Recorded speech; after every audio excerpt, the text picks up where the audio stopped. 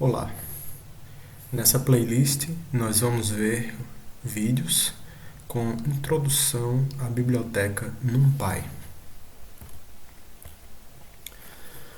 NumPy é o pacote fundamental para a computação científica em Python, ou seja, todas as bibliotecas de Python, pelo menos as mais conhecidas como o Scikit-learn e o SciPy, elas têm um certo intercâmbio, né, uma certa interação com o NumPy e usam ou permitem que sejam usados tipos de dados que estão disponíveis na biblioteca NumPy.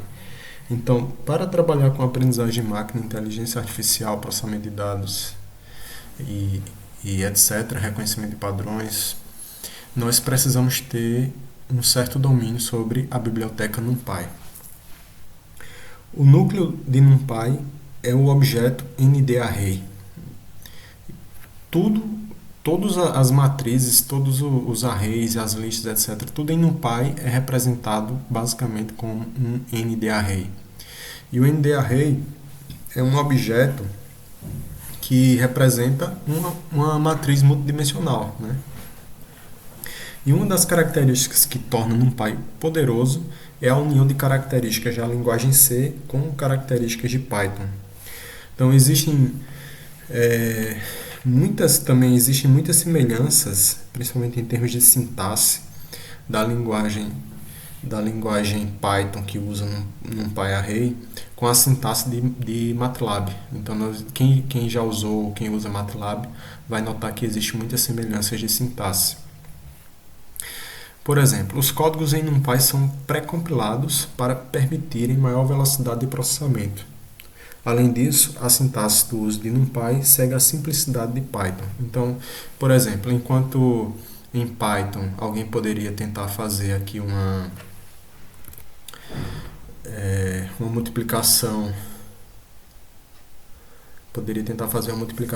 de duas listas, né? Ou então de dois vetores percorrendo elemento por elemento e fazendo a multiplicação, tanto em Python quanto em C.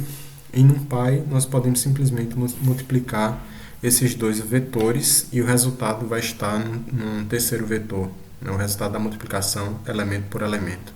Então isso reduz bastante o trabalho de codificação e deixa bastante intuitivo, né? Porque quando a gente pensa matematicamente na multiplicação de dois vetores, a gente pensa numa multiplicação desse tipo, né? Uma variável vezes a outra variável. O acesso à biblioteca NumPy é obtido por meio do import NumPy, né? Assim como todas as bibliotecas de Python. E um dos principais objetivos de NumPy é fornecer funcionalidades para processar grandes quantidades de dados em modo matricial com alta velocidade de processamento. Então, todos nós sabemos que, por padrão, Python é uma linguagem interpretada, não é uma linguagem compilada. Então, isso faz com que, por projeto, né, by design, Python seja mais lento do que uma linguagem compilada.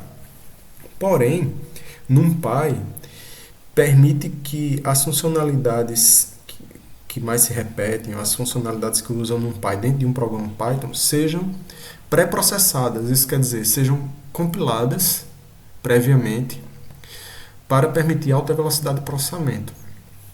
E essa sintaxe de NumPy herda algumas características de outras linguagens, como C, C++ e MATLAB, né, como eu já havia falado. E aí, a principal estrutura de dados de NumPy é um NDArray, que é a abreviação para um array multidimensional, ou n-dimensional. A utilização de arrays multidimensionais em conjunto com a vetorização de dados permite alto poder de processamento, se houver o hardware adequado disponível, né? E aí, uma das coisas que NumPy faz para realizar esse processamento mais rápido de vetores e de matrizes é alocar blocos de memórias contíguos, de forma que os dados estejam armazenados numa sequência próxima em termos de memória, né, em termos de registro de memória. E aí o acesso é mais rápido. Algumas características de NumPy. Já possui algoritmos de ordenação, Possui funcionalidades para sumarização de dados e estatística descritiva, como funções para calcular média, desvio padrão, variância, moda, todas essas funcionalidades que o analista de dados está o tempo todo lidando, né? É capaz de expressar lógica condicional em dados de array sem usar if, else, né? Isso é uma coisa muito importante também, né? Porque a intuição, né, de quem programa com Java ou com C++ ou com C é sempre percorrer um array, verificando elemento por elemento, fazendo um if ou else, o que seja necessário para verificar determinadas condições lógicas nos dados. Mas aí a sintaxe do NumPy permite que a gente faça isso numa única linha de código, sem precisar percorrer elemento por elemento num loop. O NumPy possui funcionalidades para agregação, transformação e aplicações de funções. Então, da mesma maneira, é possível você aplicar funções diretamente em todos os elementos de um vetor, de uma matriz, sem precisar fazer um loop percorrendo elemento por elemento. E, como eu havia falado, os arrays multidimensionais de NumPy acumulam os dados internamente em blocos contíguos de memória. Então, quando a gente vai declarar um ND-array, você diz a quantidade de linhas, a quantidade de colunas, e internamente o NumPy está alocando um bloco de memória para ser usado para armazenar aquela matriz ou aquele vetor. NumPy é capaz de realizar operações complexas em arrays inteiros, sem usar loops. É uma coisa que eu estou enfatizando bastante aqui, que isso é uma das coisas que traz mais facilidade de programação.